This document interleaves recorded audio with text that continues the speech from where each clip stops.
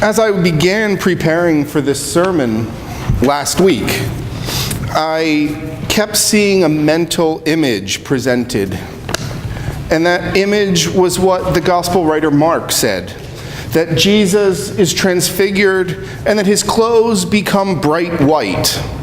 And then before them stand Elijah and Moses speaking to Jesus. And I thought about, how is it possible that Jesus and his clothes become bright white? So I did what every good person does. I went to the internet and Googled it.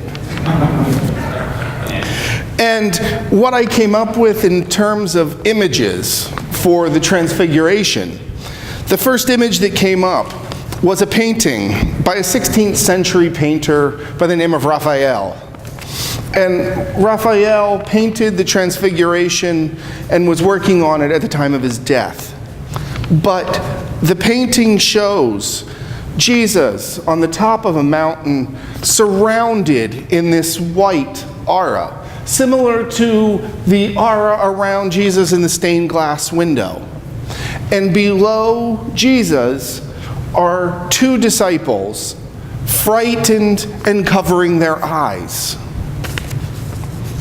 Not being happy with just one image and having to look for a second, I went to the next image, which was a contemporary art piece.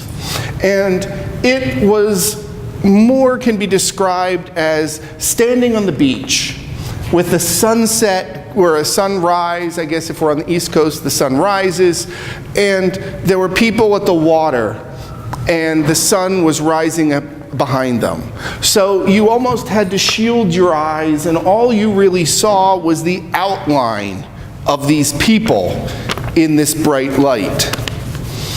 And so both of them spoke to me, because in both instances, they pictured a transfiguration different than what we hear today in the gospel.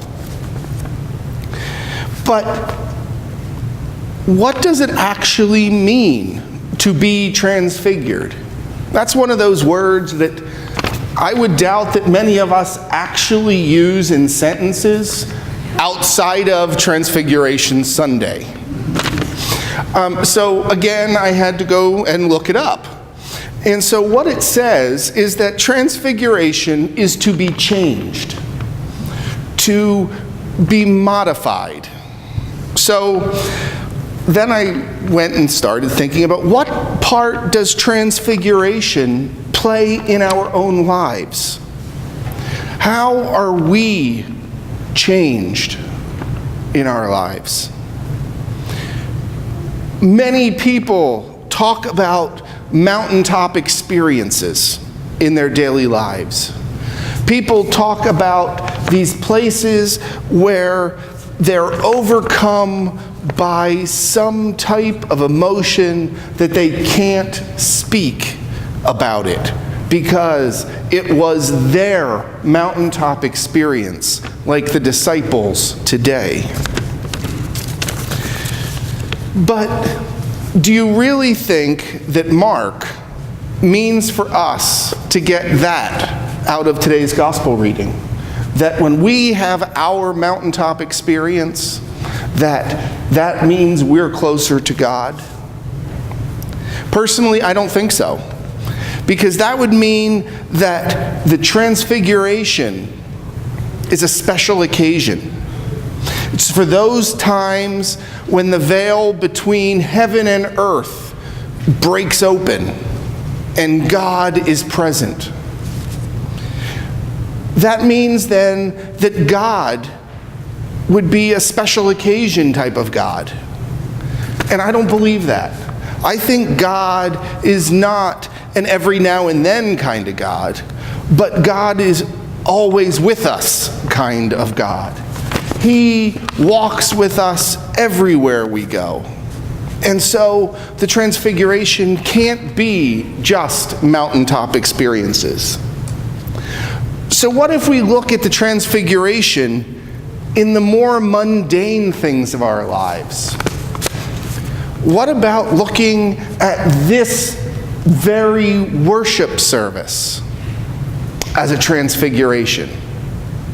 Now, don't get me wrong, I'm not saying this is a mundane service, because what we do here should be the beginning of what we do as we walk outside these doors. Our ministry isn't just about worshiping here on a Sunday and saying things because it's in the little book. It should be the guide for how we live our lives as we move out into the world. But how do we experience transfiguration today? Here. Now, at the earlier service, we experienced transfiguration twice in one service. For Gayton and Emerson Ways were baptized, and they were transformed and transfigured into the children of God and into members of our Christ's family. But then we got done celebrating the baptism and we moved into the Eucharist. And we were once again transfigured by the Eucharist. So, not being good with just two, I started saying, where do all of the sacraments? How are we transfigured in all of our sacraments? So, knowing that we have 7 sacraments in this church, let's start with confirmation. In confirmation, the confirmands are anointed with oil and have hands of the bishop laid upon them. In that process, they receive strength from the Holy Spirit, and it changes the person forever.